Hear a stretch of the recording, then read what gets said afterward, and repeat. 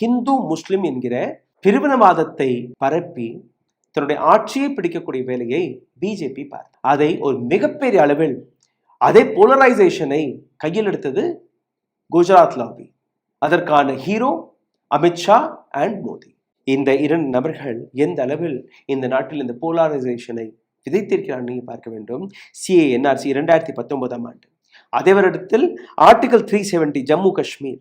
இந்த நாட்டில் இருக்கக்கூடிய இஸ்லாமியர்கள் எந்த அளவில் தாக்கப்பட்டார்கள், எந்த அளவில் இந்த நாட்டு இஸ்லாமியர்களுக்கு எதிராக ஒரு ஹேட் மொமெண்டம் தொடங்கியது, இஸ்லாமோபிக் நரேஷன் எந்த அளவில் செட் செய்யப்பட்டது, அனைத்தையுமே நீங்க பார்த்து வந்தீர்கள்.